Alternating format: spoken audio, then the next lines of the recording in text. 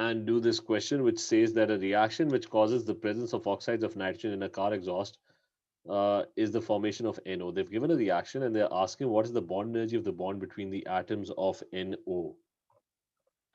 So they are looking for the NO bond energy. So you're going to use the formula, which is that the enthalpy change of the reaction is the energy that is needed to break bonds and minus the energy that is released uh, when you're forming bonds. So it's going to be negative. So how many bonds are broken? These bonds are broken. So you're breaking an N triple bond N bond, and you're breaking an oxygen double bond oxygen bond. So these are the bonds that are broken. The values can be looked up in the data booklet, which we have over here. So you just need to open the data booklet, and now if you look at the data booklet, just one second. So if you have a look at the data booklet, the N triple bond N is, where is it? It's over here. This is your N triple bond N, and the oxygen double bond N is over here. So it's 944 and 496. So we're going to use those values. So it's 944 plus 496. And how many bonds are being formed? The two bonds being formed between N and O. We don't know what the value is. So that's 2 times the NO bond energy. And it's going to be exothermic. Why? Because it's being formed. And that is going to give you the overall enthalpy change, and the answer is already provided. It's going to give you 180. So what you're going to do is we're going to try and solve this question and make NO the subject of the equation. So it's going to be 944 plus 496, and then we're going to subtract, bring 180 to the other side. So it's going to become minus 180. And we're going to take 2NO to the other side and get rid of 2. So it's going to be divided by 2. So I'm going to do this calculation and I'm going to try and figure out what the answer is going to be. So just let me take out my calculator. It's going to be 944 plus 496 minus 180 and 1260 divided by 2. So 1260 is going to be divided by 2, and that gives me 630. Now 630 is, I mean, your answer is actually 630, but you don't have an option for 630. The reason that you don't actually have an option for 630 is because your data booklet actually keeps changing every year. Where's the data booklet? These values over here, they're not constant. I mean they are constant, but every year the Cambridge data booklet is kind of slightly different. Like in the older data booklet, this value was actually 994. So a lot of times, even in between data booklets, the values can be slightly different, which is why when you're solving energetics questions related to energetics, the answers would not be exact because you have to open the 2012 data booklet because it's a 2012 question. So you have to open that particular year's data booklet to actually get the right value. Okay, is this question clear, Sanjida? Yes or no? And then you have, in the question, you have a CCl bond. This value is given in the data booklet. If you have a look, CCl is given. That is 340.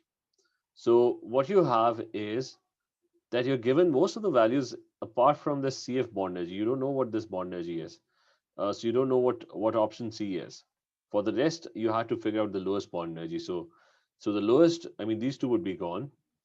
So you just have to figure out between these two bonds, which out of these two is going to have the lowest bond energy. So you have a CF bond and you have a CCl bond. Now the rule is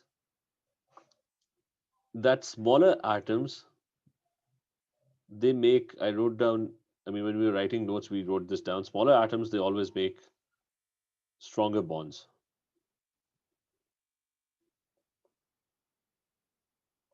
So for smaller atoms, the bonds would be stronger, more, it's going to be higher bond energy. So there's going to be more or higher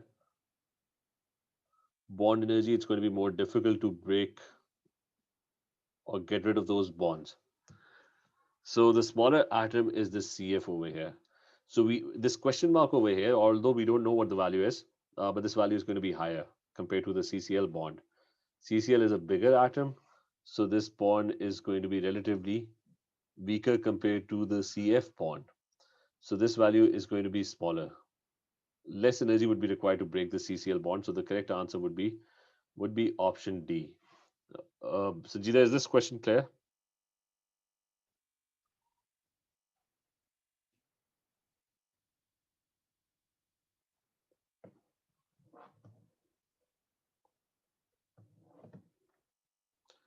So moving to the next one, the board is still not loading. Just one.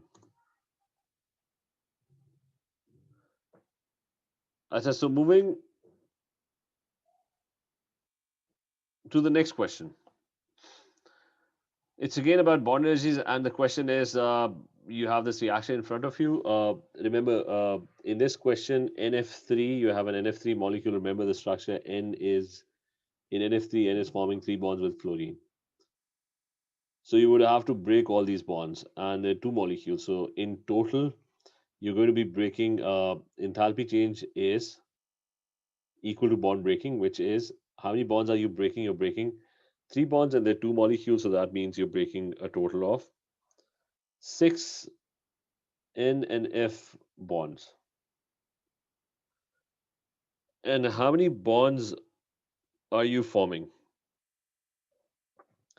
If you look over here, there are no bonds being formed, so that's zero. So your enthalpy change, which is already given, it's given as 1668. So it's going to be six times the NF bond energy.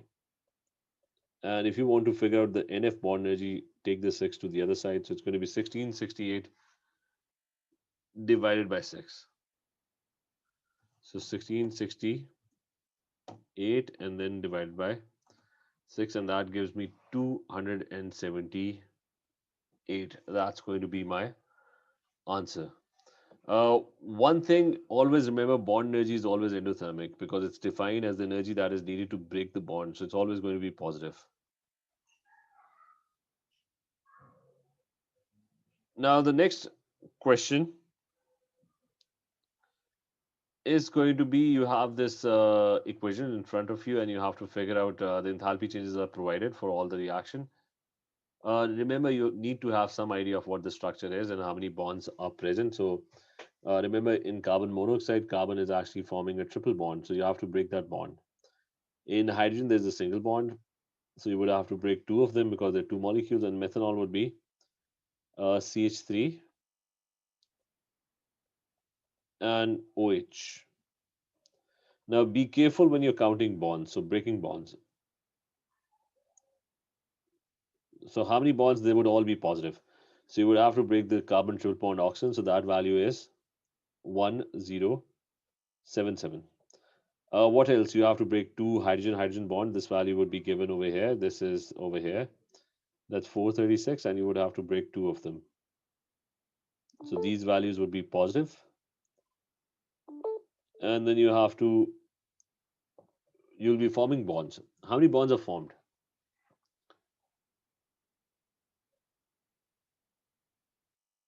So the bonds that are being formed is this carbon, three carbon and hydrogen bonds. So it's going to be three. It is five, but you have to single each one of them out. They're going to be three carbon and hydrogen bonds. And there would be one carbon and oxygen bond. And there's going to be one oxygen and hydrogen bond. So we'll write down those values. That's going to be carbon and hydrogen is given. It's over here. It's 410. So that would be minus 410 into minus 410 into 3. Then carbon and oxygen is given as minus 360 times 1. And oxygen and hydrogen is minus 460. Can you just sum them up? And that would give you the overall enthalpy change of this reaction. Why 3? The carbon and hydrogen bonds. Sanjita, can you look at the molecule? I mean, you have to single out carbon and hydrogen bonds. This is a carbon hydrogen bond. This is a carbon hydrogen bond. This is a carbon hydrogen bond. So there's just 3 of them. Sanjita, is this clear?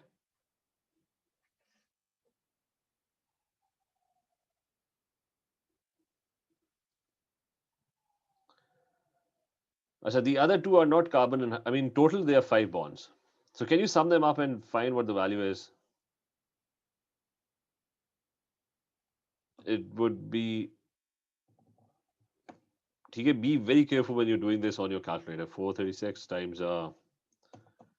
2. And maybe you've gotten an answer that's minus 341. So do we have, we don't have minus 341. So that means there must be some calculation error somewhere. I mean, is minus 341 the final answer?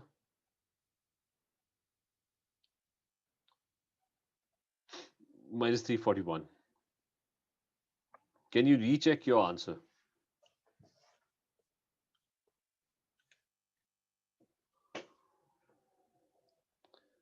And if I do this on my calculator, it's going to be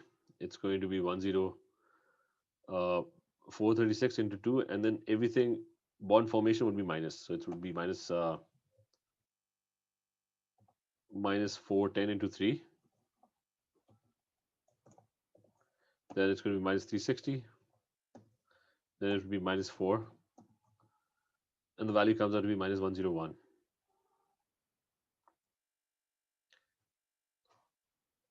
So the answer that I'm getting is minus 101.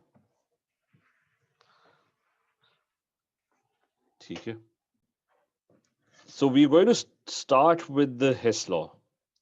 And we're going to learn what the Hess Law stands for. And it's a very important law. Okay. The first part that we're going to do is we're going to discuss the harder way of solving the question. Remember that the easy way that we're going to study later, that doesn't really apply to all questions. So you have to learn the hard way just in case. Now the Hess law is it's not that difficult. It's very simple. What it simply states is that, and you're going to be asked about this. I mean, there would be questions asking you what the Hess law is. So the question is simple, or the answer is simple, and that is that Hess law states that the enthalpy change delta H of a reaction is the same no matter which path is taken.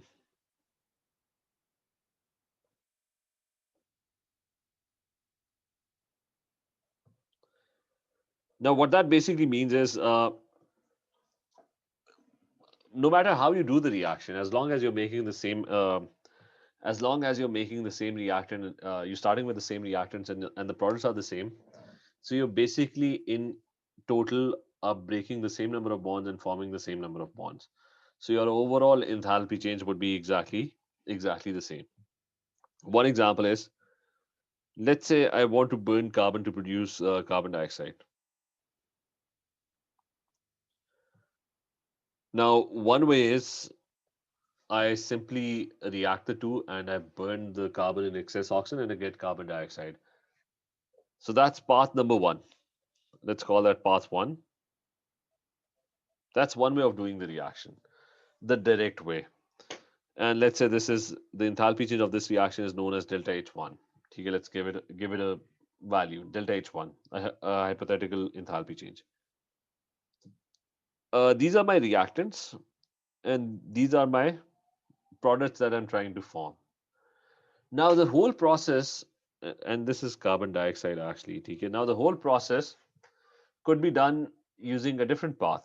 What you could have done was that you could have reacted carbon with oxygen but an incomplete combustion would have produced carbon monoxide, and half of the oxygen remains unreacted.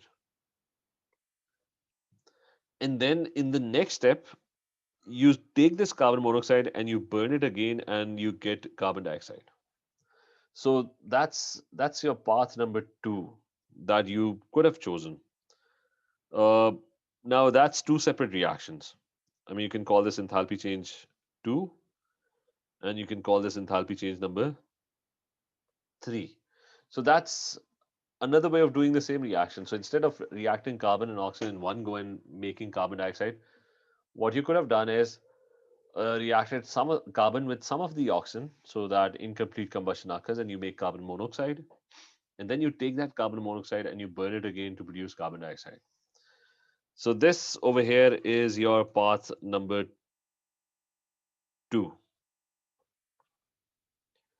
So you're starting here and you're going to the other side, and that's your path number two. That's a different way of doing the same reaction or getting the same products. Now, as long as the starting point, which is this, and as long as you're ending at the same place, it doesn't matter what way you do. I mean, what your basic goal is making carbon dioxide. So it doesn't really matter if you burn it completely in one go, or you partially burn it, produce carbon monoxide, and then burn that again to produce carbon dioxide. It doesn't matter. As long as you're forming carbon dioxide, the enthalpy change is going to be exactly the same. And what that means is that path one, the energy changes of path one are the same as the energy changes of path two. Both paths would have the same energy change. What that means is that delta H1 would be equal to path number two is the sum of enthalpy changes. You do this reaction, you get this energy change. You do this reaction, you get this energy change. So it's the sum of delta H2 plus delta H3. And this is what Hess law is, simply. So it doesn't matter. You start at one point and you do a reaction and you reach some product at the other end. The in between steps, they don't really matter. Whatever steps you do, the enthalpy change would be exactly the same. Is this point clear? Yes or no? Is this clear?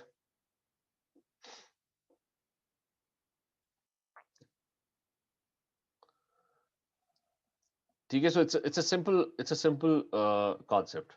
Okay, not that difficult. Now the only thing that would really matter in this case is that I mean this is known as a Hess cycle. This entire thing is known as a Hess cycle. Uh, Now, how could you actually use this Hess cycle? The way you could actually use or make use of this Hess cycle is that you get a relationship. You have a relationship now between enthalpy changes of different reactions. I mean, there are three separate reactions happening. There's reaction number one, there's reaction number two, where carbon is incompletely burned to produce carbon monoxide, and there's reaction number three, which is carbon monoxide is burned to produce carbon dioxide. So there are three separate reactions, and you have built a relationship between those reactions. I can write the three separate reactions over here, one by one. The first one was that carbon and oxygen react to produce carbon dioxide. Enthalpy change number two was the reaction where carbon reacted with only half the oxygen molecule, and it ended up producing carbon monoxide.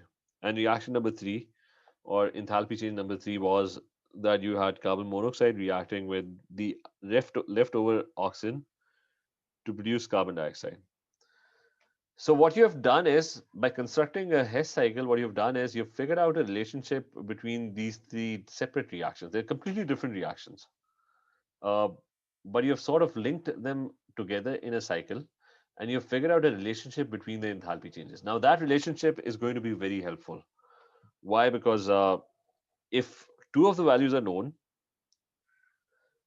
okay, so let's assume that you know enthalpy change number one and enthalpy change number two, then you can automatically know enthalpy change number three as well. So it's going to be very helpful to find. Let's assume that you didn't know enthalpy change number three. I mean, you're given three reactions and you were being asked to find the enthalpy change of the third reaction. So by constructing a Hess cycle, you can easily figure out the missing enthalpy changes of different reactions. And I'm also going to teach you one other thing, that when you're making this relationship, these paths really don't matter. Uh, I mean, you could have. It doesn't matter whether you're starting at this point and you're ending at this point. You could have chosen. I mean, let's ignore the path. You could have chosen any starting point and any end point. The relationship would still be the same. For example, this is my starting point, and this is the point where I am ending at. So one path is this one. The other path is going to be you go from the opposite side. Okay, as long as your starting and end point are the same. So even the paths that you have selected, they don't really matter. No matter which path is selected, no matter which starting point and what is the end point, it doesn't really matter. The relationship would come out to be the same. I mean, we can have a look at this one. Let's call this path one now, and let's call the other one path number two, right? So path number one is, as long as the starting point and the end point, I mean, this cycle, as long as the starting point and the end point are the same. So let's try and figure this out. Path one. So I'm going to write down path one, and I'm going to write down path number two. Okay, so I've chosen different paths now. Path number one is delta H2, and path number two is, it's delta H1. You go to carbon dioxide first, you make carbon dioxide, and then from carbon dioxide, you make this carbon monoxide. So now you have to actually go in the opposite direction. Remember, whenever you're going in the opposite direction, the sign of the enthalpy change is going to be negative. So the sign changes. I mean, you're going from this point over here, this is the starting point. You go to, you take this path. You go to carbon dioxide first, make carbon dioxide, and after making carbon dioxide, from that, you try to make carbon monoxide because I've marked this as my endpoint. So this would be taken as whenever you go in the opposite direction to the arrow, the enthalpy change value changes. So I've chosen different paths now. So I get this relationship. But remember, it's this relationship and this relationship is still identical. I mean, it's a rearranged form of the same relationship. For example, if you take delta H3 to the other side, you get the same thing. So it doesn't matter where you start and where you end, as long as in both paths, the starting and the end point are the same. Is this point clear to everyone? Yes or no? Is this clear?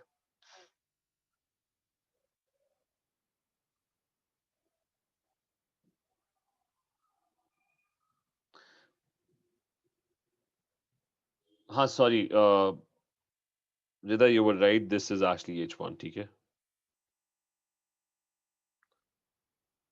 This one is going to be H1.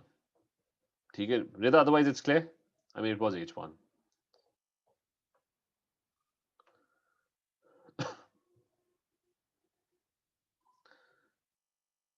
Achha, so Achha, ek aur kaam, what you could have also done was you could have selected actually a single path. Like, ignore this. So what you could have done was that if you have this cycle, if you've constructed this cycle and you have linked all the equations together, you start at this point, you circle the entire thing, and you reach this point back again.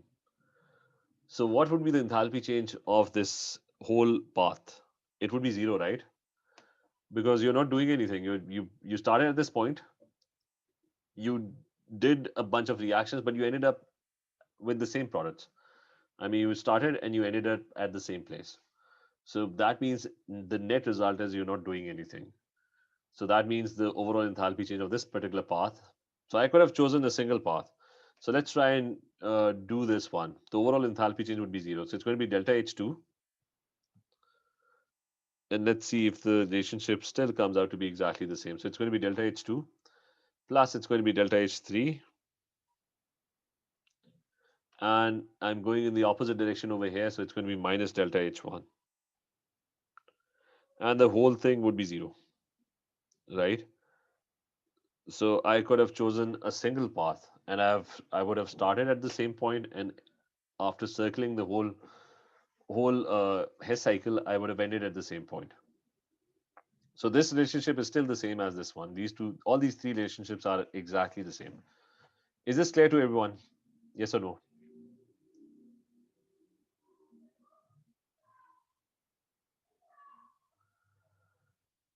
I said now the next part is actually going to be very tricky. I mean, it's a lot easier that if the Hess cycle is drawn and you can actually figure out the reactions that are going on or the reactions that are interlinked with each other. I mean, there are three separate reactions that are going on in this Hess cycle, and but you but it's a lot harder if the reactions are given and you have to actually make the Hess cycle. Okay, so going in the opposite direction, I mean, going from the Hess cycle to figuring out what reactions are happening, that's very very easy. But doing the opposite is going to be it's going to be very tricky. So we're going to start with a few reactions. So remember, there's an easy way of doing this as well. So we're going to learn the hardware first, and then we're going to try and figure out the easier path. So let's look at a question. Okay, not this one. Let's choose a slightly easier one first.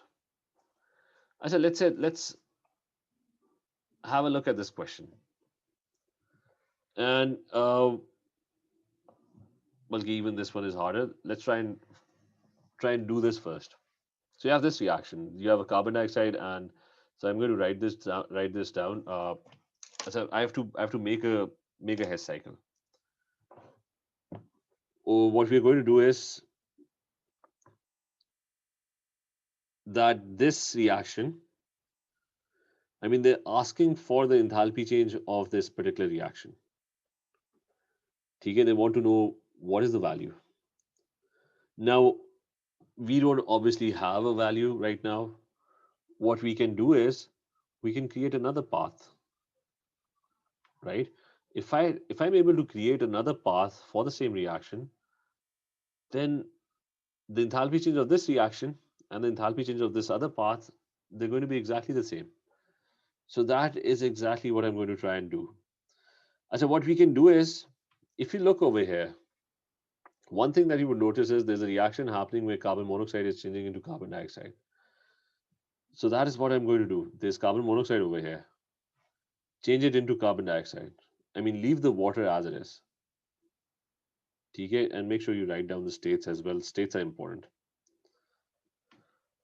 So I've done this tiny reaction over here. Okay, this is the first reaction. I've linked it up. I saw that carbon monoxide can react with oxygen to produce carbon dioxide. So that's what I did. Carbon monoxide changed it into carbon dioxide. What is the enthalpy change? It's minus 283. So I have the value.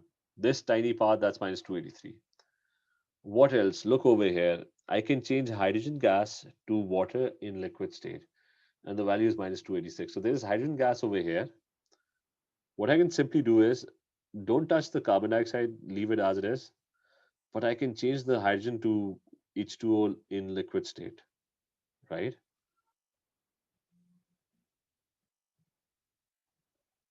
And this value is minus 286. So right now I've done two things. I wanted to figure out the enthalpy change of this particular reaction. So I'm trying to create this other path. If I know the enthalpy change of that path, then I would know the enthalpy change of this reaction over here. So I was given a bunch of reactions. The first one was carbon monoxide changing into carbon dioxide. So I saw carbon monoxide and I decided to change it into carbon dioxide. Did not touch water over here. It didn't do anything to water, so that's written as it is. The only thing I did in this step is carbon monoxide was changed into carbon dioxide. And the other one was that there was a reaction happening where hydrogen gas was changing into water liquid. So I saw hydrogen gas over here. So I changed it into water liquid.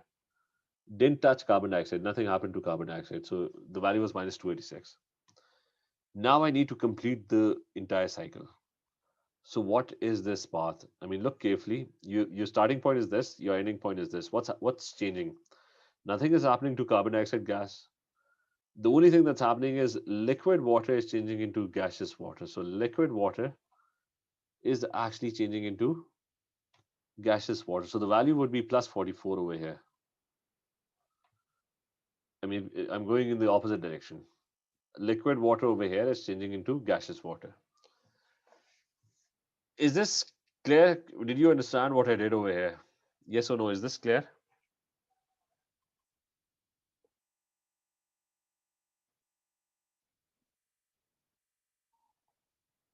Okay.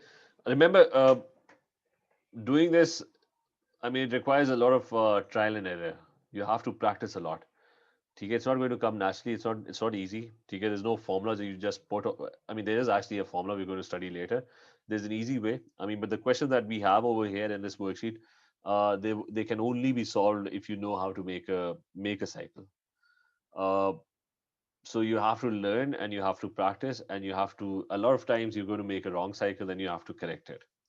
But our cycle is complete, and the last part is, I know I wanted to figure out the enthalpy change of this reaction. I mean, this path. So the other path is the equivalent path is this one. So it's going to be minus 286. Then I go from this point to this point. So that's plus 44. And then I have to change the direction of this arrow. I have to go from this point to this point. I mean, I go from this point to this point, then this point to this point, and from this point I go to this point. So that would be plus 283. And if I solve this, this is going to be my answer. Path 1 is the same as path number 2. Is this question clear?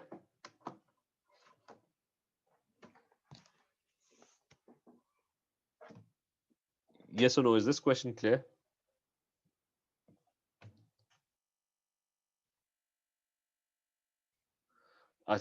We will have to practice this a lot. Okay? We'll do a lot of questions. Okay? There are going to be more difficult questions, and try and go through this. Try and practice this on your own.